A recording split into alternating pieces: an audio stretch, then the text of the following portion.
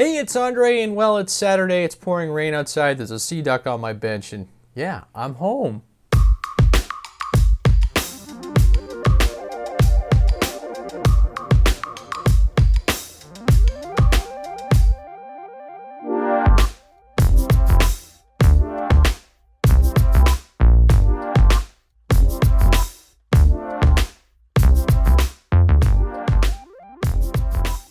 Yes, that's right, I'm home. And what a wild 3 weeks I've had. The past 2 weekends I've been busy with Cub Scout adventures, and so I've not been able to actually get home or fly or anything like that on the weekend. So today is actually the first full weekend that I will be Saturday and Sunday being home. And then of course 3 weekends ago now I was in Ohio, and everybody's watched the adventures and all the videos we put out, and it was just an experience.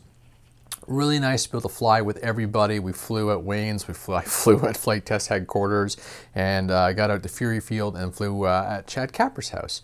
And just had a wonderful experience, and everything I had in the car got flown. I think everything but the Versa wing.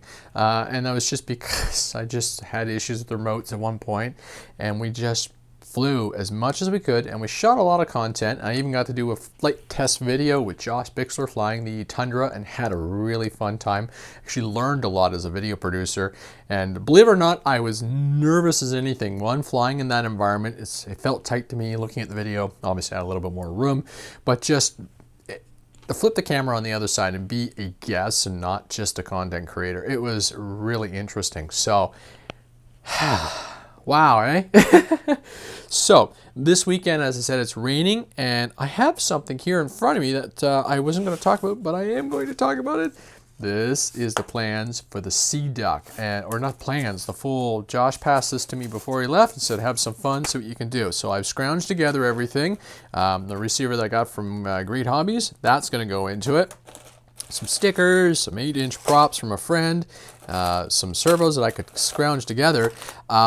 The suggested pack is the Seaback from Flite Fest, and I don't have that, but I grabbed the 40 amp ESCs from the that I used to be flying in the Spectre Wraith. There's all the wiring harness and another ESC, and I'm going to fly with my trusty Turnigy batteries, and we're going to try 4S on 8-inch props. I probably could do 9. I don't have any 9-inch props right now. I may try some triple blades and stick with 3S, but 4S will give me the punch because this plane really likes the directional thrust, and you can throw it around and have some fun.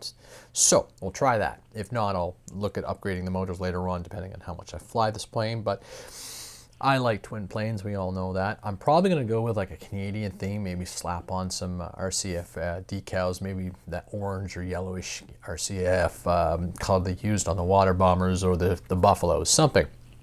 So, and then we'll have some distinguishation between the various airplanes we'll see at Flite Fest. I'm hoping to bring this with me if it fits in the car and I have enough room for everything else. Speaking of Flite Fest, people, we are cracking, I think I've cracked about 130 volunteers, which is superb. I would love to see a couple extra names on there, for there's some big tasks that I'm going to be calling upon people to do.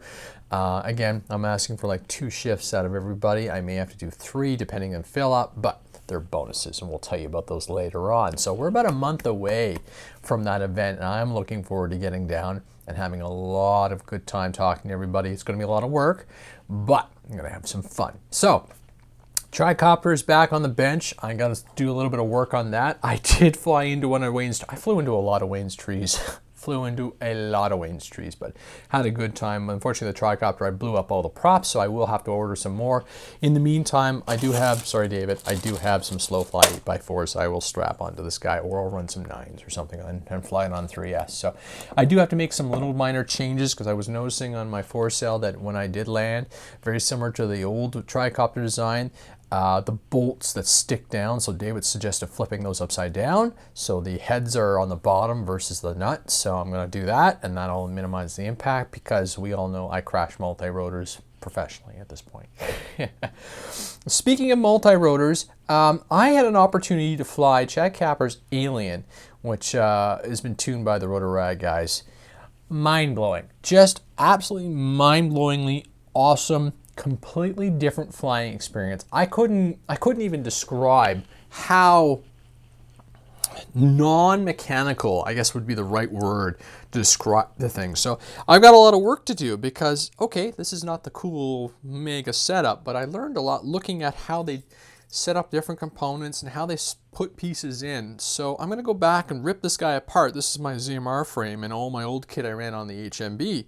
And I'm going to actually go through this thing and really see if I can focus in and dial in that feeling, because it was just incredible. And I did my first rolls and everything, and really had a good time.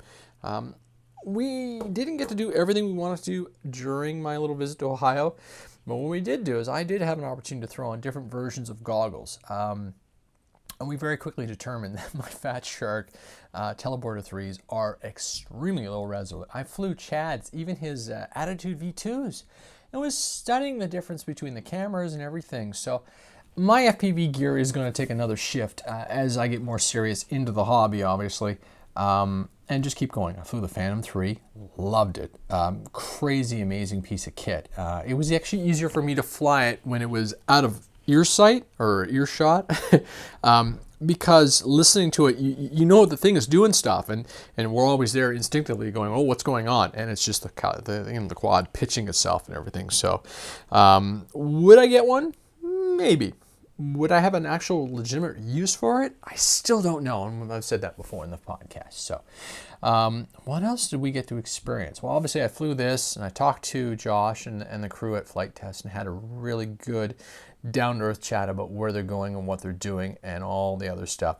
We did the glider tow, watched that video. I had an awesome time doing it. You can tell how nervous I was doing it the first time.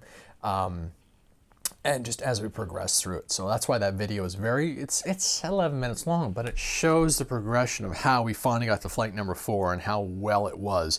I mean, we probably could have done that every day. So for Flite Fest, I am going to bring the Hall Cherokee glider, not going to put the EDF back on it. I'm going to throw on one of my other receivers and move the module to a second remote that I'm going to bring with me, because I learned my lesson, backup remotes whenever I'm on a road trip. And that'll allow us to tow anybody with my Tundra or Chris's or Wayne's, and we'll be able to do releases and everything, and we'll have guest glider pilots basically. And so that should be kind of interesting. Not sure how logistically it's going to work out because I'm going to be busy, but the glider will be at Flite Fest with me. So as well the Radians and everything. So what else did we tackle? It's just been a whirlwind couple of weeks. Oh, there's something really bright behind me. Yeah, that is the Night Walrus from Hobby King. I will be flying that once the weather cooperates, but that is all set up and ready to go. Basically the Walrus featuring LED lights. It looks quite bright, and I flew that Pawnee at Chad Capper's place at like 9:30 at night and just had a wonderful time. In fact, they were using the Pawnee for target practice with FPV because it was just giant ball of light, and it was just really easy to fly and everything. So this will be nice. I'm probably going to bring this one to Flite Fest versus the Pawnee, because then I can land with no issues, because it is a belly lander, toss and go, 3S 2200. So looking forward to getting that out in the field later on this summer, or very soon, probably this week once the weather clears up, and just get out there and fly. So enough of me talking.